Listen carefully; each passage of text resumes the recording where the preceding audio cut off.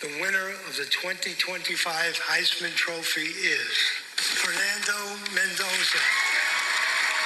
The Indiana Hoosiers have a Heisman Trophy. I'm at a loss of words. Wow, I mean, thank you to everybody. Thank you to everybody. First, I want to thank God for giving me the opportunity to chase a dream that once felt the world away. Standing here tonight, holding this bad boy, representing Indiana University, still doesn't feel real.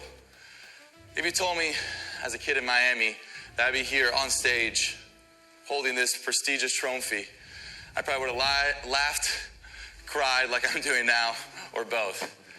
Because this moment, it's an honor, it's bigger than me. It's a product of a family, team, community, and a whole lot of people who believed in me long before anybody knew my name. Welcome back, IE fans, to a very, very, very special edition to the IE Report tonight. We're reacting to Indiana football for the first time ever has a Heisman Trophy winner, Mike, and it's Fernando Mendoza, their quarterback. I got to say, nobody is shocked about this. I think we kind of knew going into the ceremony he was probably going to win. And after looking at the final results for it, he absolutely smashed those results. I mean, absolutely smoked them. Really was the clear-cut favorite, I think, from the jump out of the four candidates. And it's just crazy that we're living in this time where you're seeing a guy on this football team or with this program win arguably the most prestigious award in sports. It's really amazing. Yeah, what a night, and what a person to represent the university and be the first person to get this honor. I mean, just an absolutely amazing individual. You see the things, not necessarily, I mean, his play is one thing. He obviously is a great player. He had a great season, but the things he's doing off the field, he's using NIL to raise money for MS, which we all know his mom is impacted by. But then as he's in New York, you saw pictures come out today where he's taking families that are impacted by MS and small children and taking them on shopping sprees, you know, partnering with Adidas, not necessarily even goods, just making sure these kids have a enjoyable holiday. And he's such a, you know, his speech was inspiring. The bond that he has with, obviously, not only just his parents and his brother, but with Coach Signetti and all the teammates. If you saw the video of the way they reacted when he went into the media room after he won, it's just a special moment for what truly comes across as just a really special kid. People use this phrase as an insult when they say it couldn't have happened to a nicer guy. But like, this seriously couldn't have happened to a better person. Like, his character really reflects him in so many positive ways. It's the type of character you really just don't see anymore out of people. Not even in sports, just in life. Now, we obviously don't know him personally. I can tell you that I feel pretty confident in thinking that I think what you see from him is very authentic. I think it's genuine. He's a genuine person. Like you said, the speech, you know, addressing his mom is very inspiring. I would have been okay, honestly, if Julian Sayin won it. I would have been fine if Jeremiah Love won it. The fact that Diego Pavia was a candidate and could have won this thing is just almost sickening, the thought of him winning it. Obviously, you know, Fernando winning it is pretty incredible. And it's amazing. Just, Indiana's had two really good players in the past that were finalists for it, Anthony Thompson and Antoine Randall L. Their teams were not good enough to win it. And this Indiana team had a guy who was there and had a team who was good enough that they felt like he was worthy to win it. And I sent you guys the final results where Fernando Mendoza had over 600 first-place votes, and Pavia finished second with only like 160. first place votes, somewhere in that range. I mean, he absolutely blew the first place votes out of the water. It was not unanimous, but it was it was awfully darn close to being unanimous.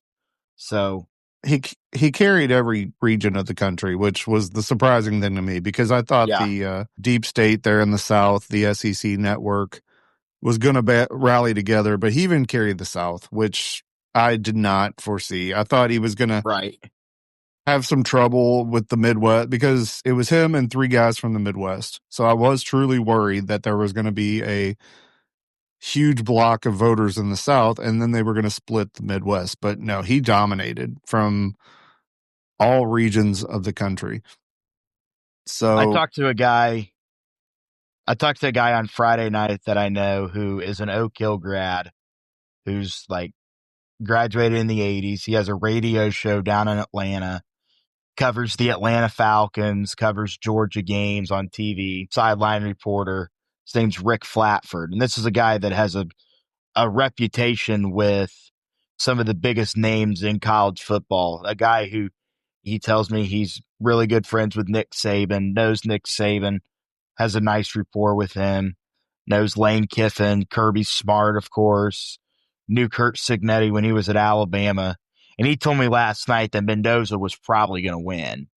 He said he used to have a Heisman vote. And this is a guy that is SEC through and through. And he told me that Fernando Mendoza, and the consensus feeling is that should win the Heisman probably pretty handedly, and is probably the most deserving of the 4. That gave me a little bit of a confidence going in that, okay, this is a guy that's well respected and in Atlanta, at least in SEC country, and follows it and knows what he's talking about. That really gave me a little confidence that he was going to win it. So that was pretty impressive. I'm glad that Fernando is able to win it. Hopefully you see the trend now of guys, this really what it does. And this is the next thing I wanted to talk about, Mike. This really helps you in recruiting now for years. Now that you've had a guy that's won the Heisman, this is really going to help your recruiting here over the next few years. Well, yeah, if you're a quarterback and you're going into that portal right now, why are you not looking at Indiana first? In 2 years, they've taken a guy from the MAC and made him a top 10 Heisman finalist, top 10 Heisman vote getter in Curtis Rourke. And this year they take a good player. People knew who Mendoza was at Cal. He had some great moments out there. They played really, really tough against Miami last year in what was a controversial win for the Hurricanes. And when he went to the portal, people were after him, but he was not nearly considered the prize of the portal by any stretch. And they took this goofy Miami kid from a 6-6 Cal team and went 13-0, and he won the Heisman in a landslide. Yeah. So yeah, absolutely. Your Heisman, your recruiting tape was running for an hour there during that whole ceremony. It's like, look, here's what you got. Here's what we can do if you come here and play. And Signetti was right there in the front row, which is another feather in our cap. Yeah, and to see the guys that made the trip, like Pat Coogan and Carter Smith and even Aiden Fisher, Charlie Becker, some of those guys. I didn't see Elijah Surratt there. He may have been there. Right. No, Nowakowski was there.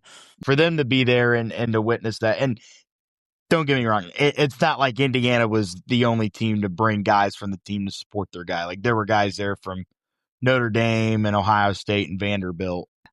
It's just a cool moment for them to get to experience that. And they make that experience really, really good for these guys, right?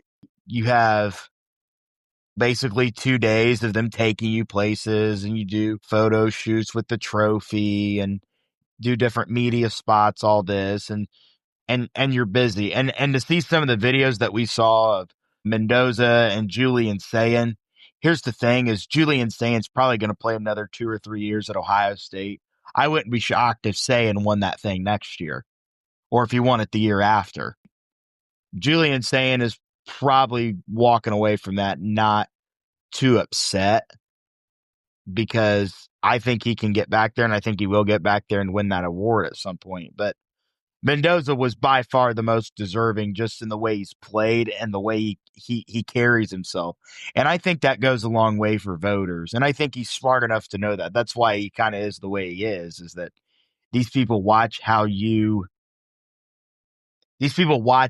conduct yourself. They watch how you act. I'm a big proponent that the way you carry yourself can kind of determine if you're going to win that award or not. Yeah, you're absolutely right. I mean, you say that though, but I mean, Pavia wasn't exactly a, That's true. uh, Did you see there his was two mom? different there was two different personalities. Did you see his mom's reaction to when Mendoza was announced? She looked pretty pissed off. My fear was, and I don't know why I thought this, is that if anyone other than Pavia won it, like even if it was Love or Sayan, not even Fernando, my fear is that his family was going to act like an idiot, like on national television. That was what I'm serious. That thought ran through my head. I think everybody was kind of prepared for what happened. I think most people knew who was going to win. Pavia may have thought in the back of his head, there's a chance I could sneak in and win this thing, but I think he was prepared for what happened. I don't think he probably had a talk with his mom and his family and been like, look, if I don't win this thing, I'm still being looked at by professional franchises. If you guys act a certain way,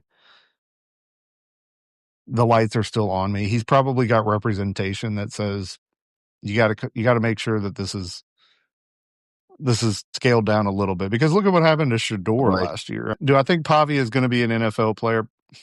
Most likely not. Is he going to get drafted? I don't think so. He's probably 5'8".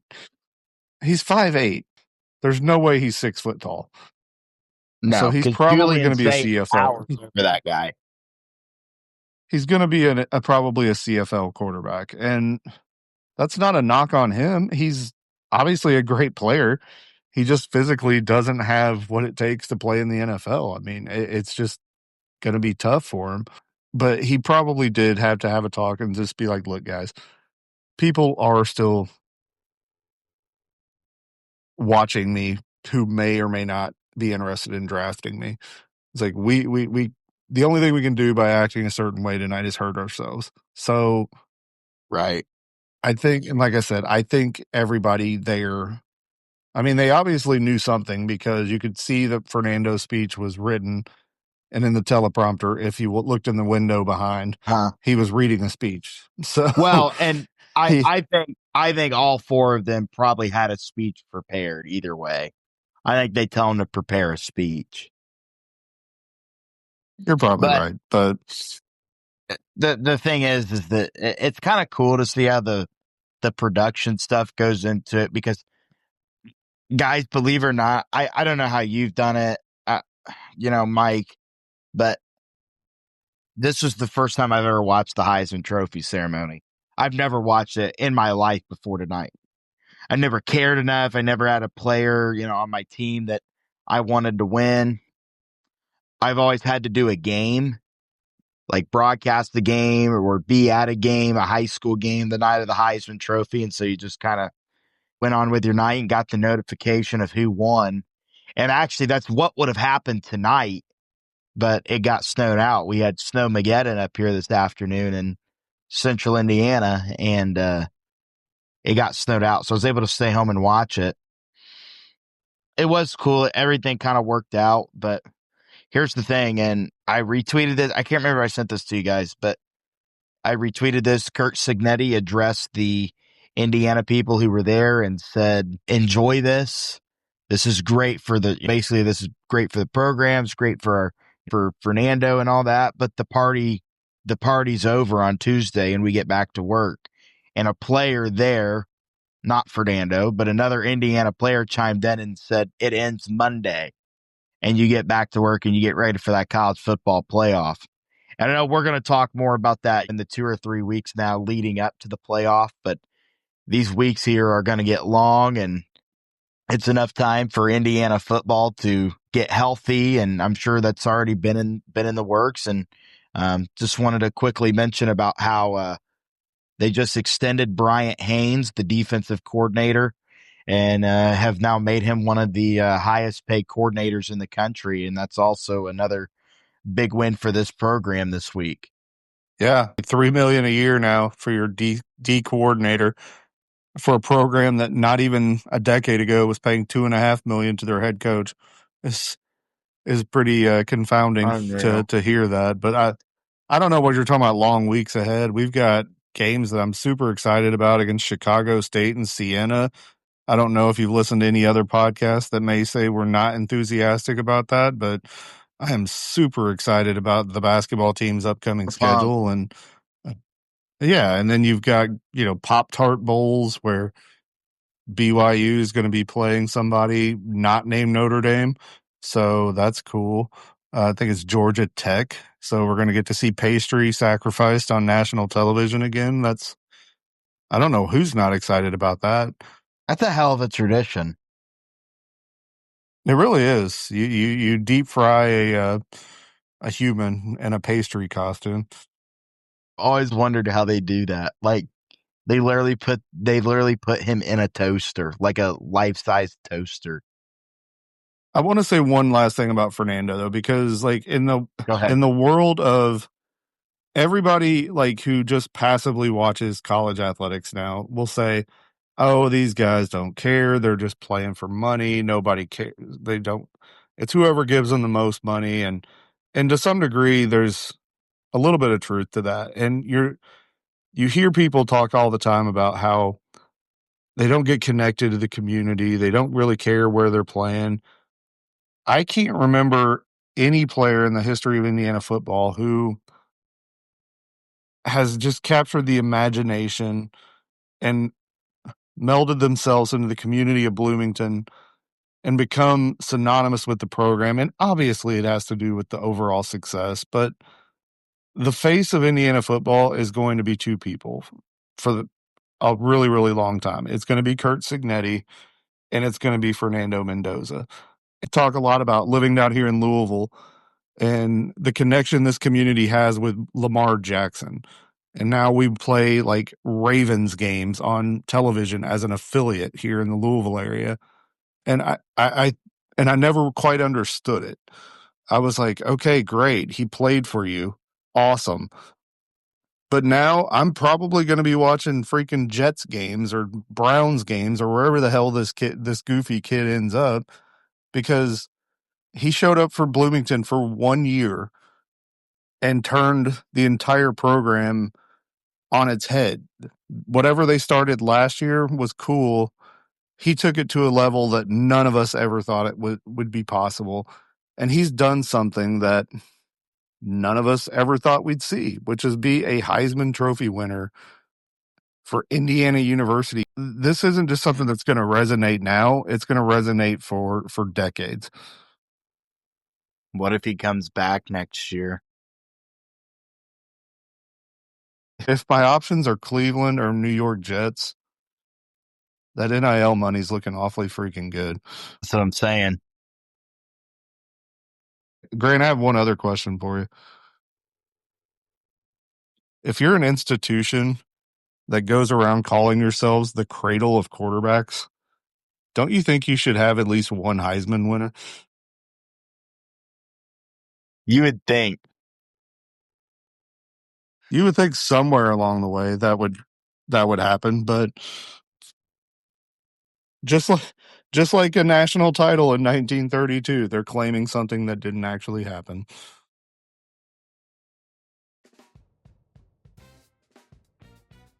I got to give it to you, Mike. That was pretty good.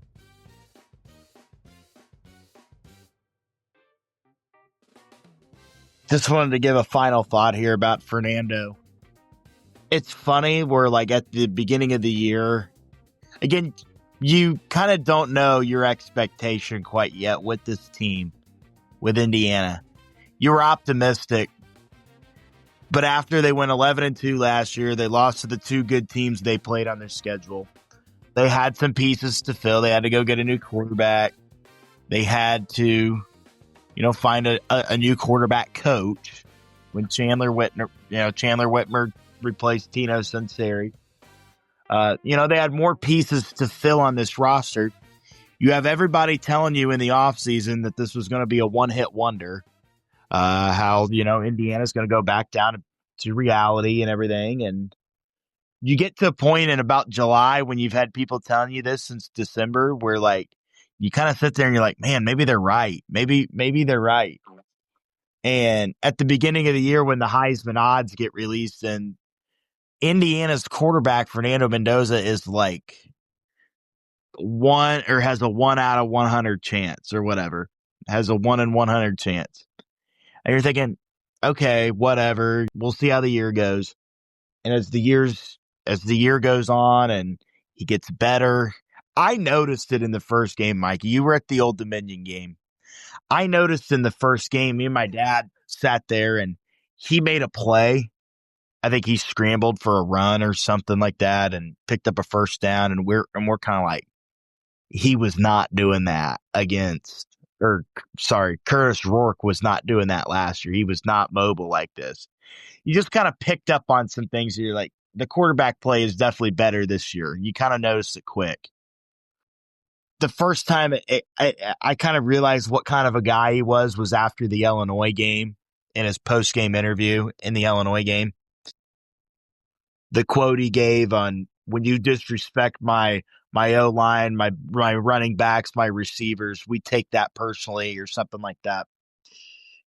And as time went on and the legends started to grow, I'm starting to think to myself, man, maybe this guy is a Heisman candidate, right? Credit to the staff at Indiana for developing him, because I think a lot of people, again, they underestimate it because they don't know, they don't watch. They really did not think that Mendoza was going to come in and be good. They probably didn't think Curtis Rourke was all that great last year. And Mendoza's just taken that position here at Indiana to another level. And this really shows here, especially winning the Heisman. Again, like we said, it's going to help recruiting. It's going to help you next year if you do have a new quarterback. And from the looks of it, Indiana will probably have a different guy under center next year. And whether that's Alberto, Fernando's brother, whether it's Sam Levitt, who's getting in the portal at Arizona State, or whoever, Brendan Sorsby. Brendan, I wouldn't be mad about it. I would not be mad.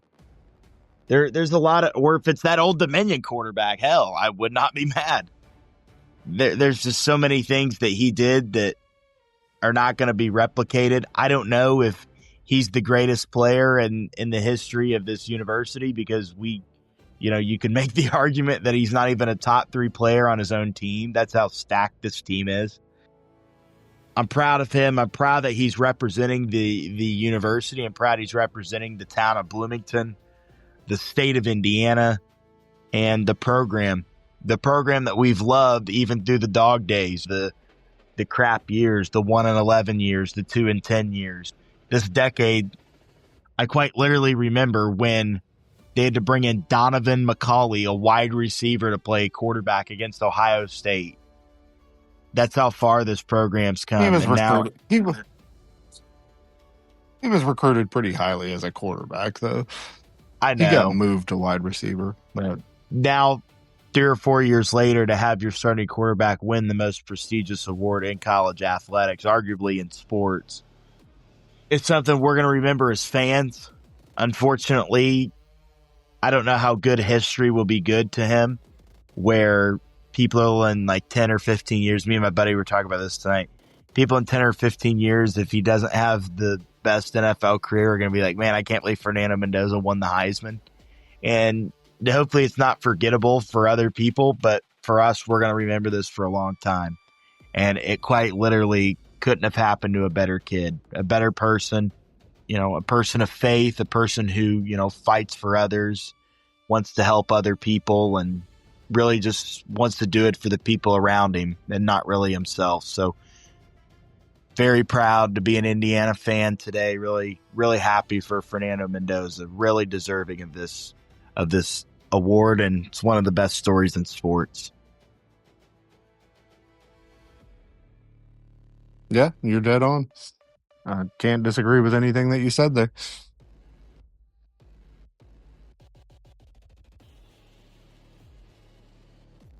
Thanks, guys.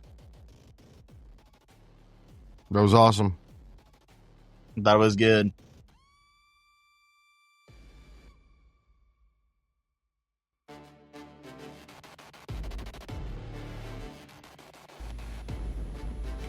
Thanks to Mike and Grant. They'll be back on Sunday afternoon to break down Indiana's loss to Kentucky. And we will have all kinds of playoff talk next week. Thanks so much for listening. Always appreciate it. Please share the Central Indiana Sports Report. Central Indiana Sports Report is a product of ITG Media, and I love Susie.